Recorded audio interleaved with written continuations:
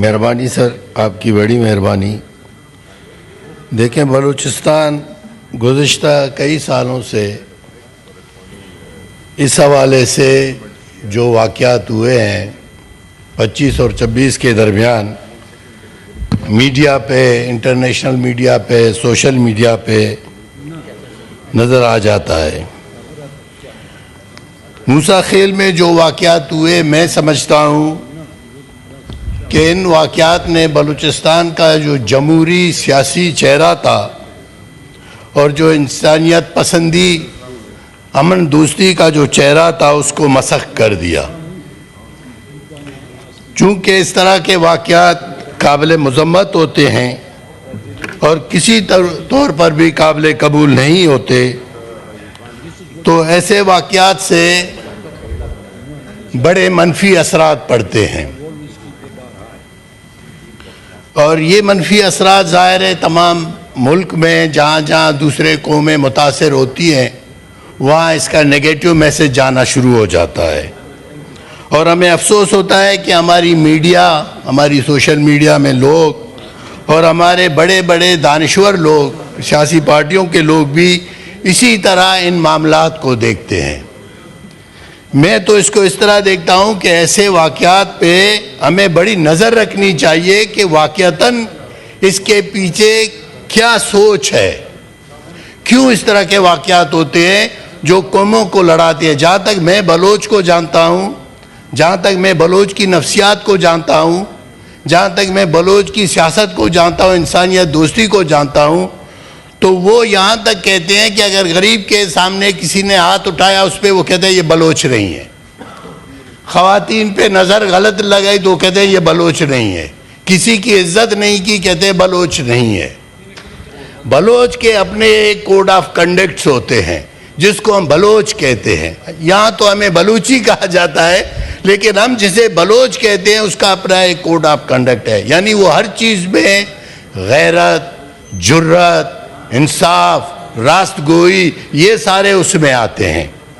تو میں سمجھتا ہوں کہ یہ جو کچھ ہوا وہ انتہائی قابل نفرت ہے، اور اس کی جو ہے تحقیقات ہونی چاہیے کہ یہ کس نے کیا اور یہ کیوں کیا گیا۔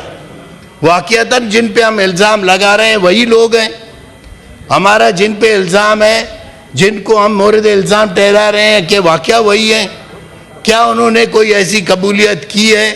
تو ایسا کچھ نظر نہیں آ رہا ہے۔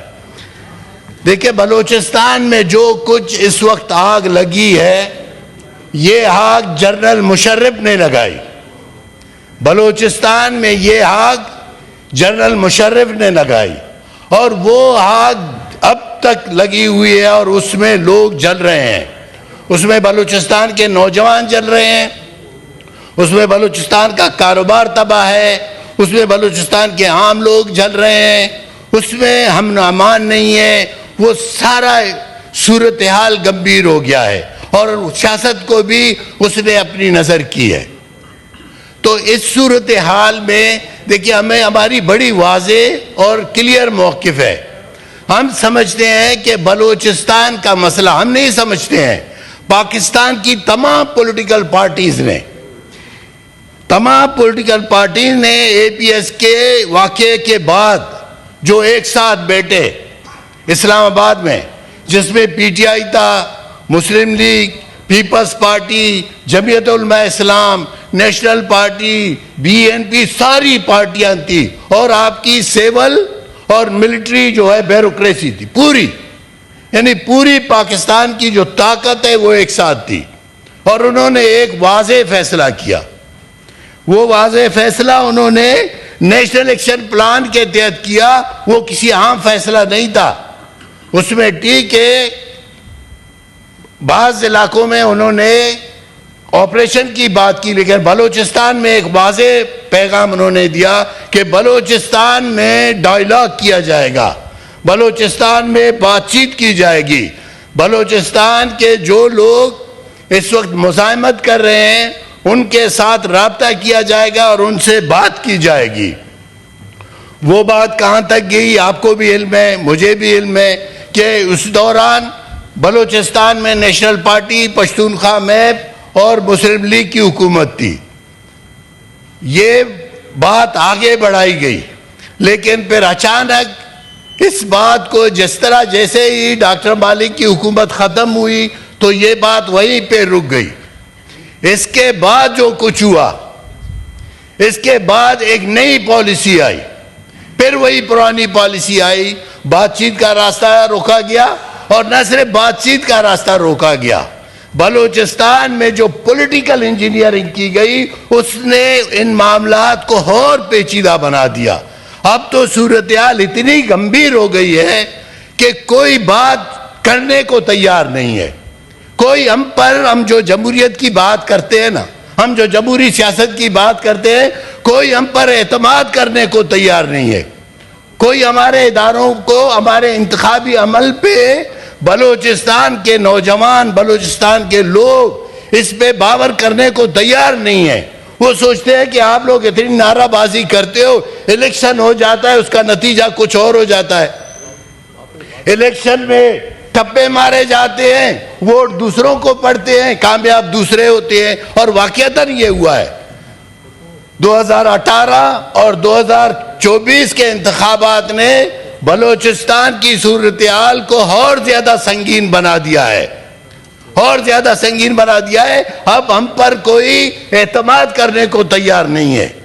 ہمارے حکمران اگر یہ سوچتے ہیں، پاکستان کے حکمران اگر یہ سوچتے ہیں کہ بلوچستان کو طاقت کے ذریعے ٹھیک کیا جائے گا، اگر وہ سوچتے ہیں کہ بلوچستان میں فوجی آپریشن سے معاملات حل کیے جائیں گے نا، تو میں ایک بات آپ کو بڑی واضح کہتا ہوں، بڑی معذرت کے ساتھ، کہ آج ہم یہاں آئے نا، کل اگر آپ آپریشن کریں گے، بلوچستان کا ایک بھی سیاسی پارٹی آپ کے ساتھ نہیں بیٹھے گا، ایک بھی سیاسی پارٹی آپ کے ساتھ نہیں بیٹھے گا، کیونکہ یہ غلطیاں تو آپ لوگ کر رہے ہو۔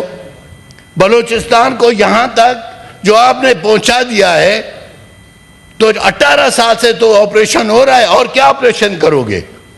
تو میں سمجھتا ہوں کہ اس پہ بات کو آگے بڑھانے کی ضرورت ہے، اس پہ مذاکراتی حمل ہے۔ جب ہم بات کرتے ہیں مذاکرات کریں تو ہمیں کہا جاتا ہے کس سے کریں، ہم سے کوئی بات کرنے کو تیار نہیں ہے۔ یہ بات صحیح ہے، آپ سے بات کرنے کو کوئی کیوں تیار نہیں ہے؟ اس لیے تیار نہیں ہے کہ آپ پر اعتماد اٹھ چکا ہے نا، آپ اعتماد بحال کریں، آپ کریڈیبل لوگوں کی کمیٹی بنائیں، آپ با اختیار پارلیمنٹیرینز کی کمیٹی بنائیں۔ بنے ہیں کمیٹیاں، بنی ہیں، انہوں نے رپورٹ دی، آپ جیسے لوگوں نے کمیٹیاں بنائی ہیں اور ان کی رپورٹیں بھی بنائی ہیں، لیکن پھر ان رپورٹوں کو ردی کی ٹوکری میں ڈال دیا گیا۔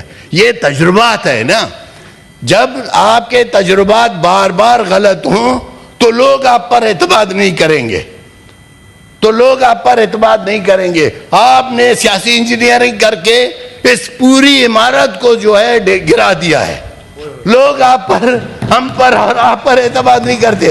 اور یہ جو آپریشن کی بات ہے نا، یہ حقیقت میں اس کو دوبارہ کہنا چاہتا ہوں، آپریشن کا سوچے نہیں۔ اگر آپ سوچتے ہو آپریشن، تو آپ بلوچستان کے تمام جمہوری پارٹیاں اس وقت آپ کے ساتھ بیٹھے نا، ایک بھی آپ کے ساتھ نہیں بیٹھے گا، سب سے پہلے میں ہوں، آپ کے ساتھ نہیں بیٹھے گا۔ اور یہ میں آپ کو دوسری بات، سر معذرت، ایک منٹ دیں سر، میری ایک، مجھے میں دیتا ہوں، میں نفی صاحب دیتا ہوں، آپ مجھے ایک منٹ اور میں جمالی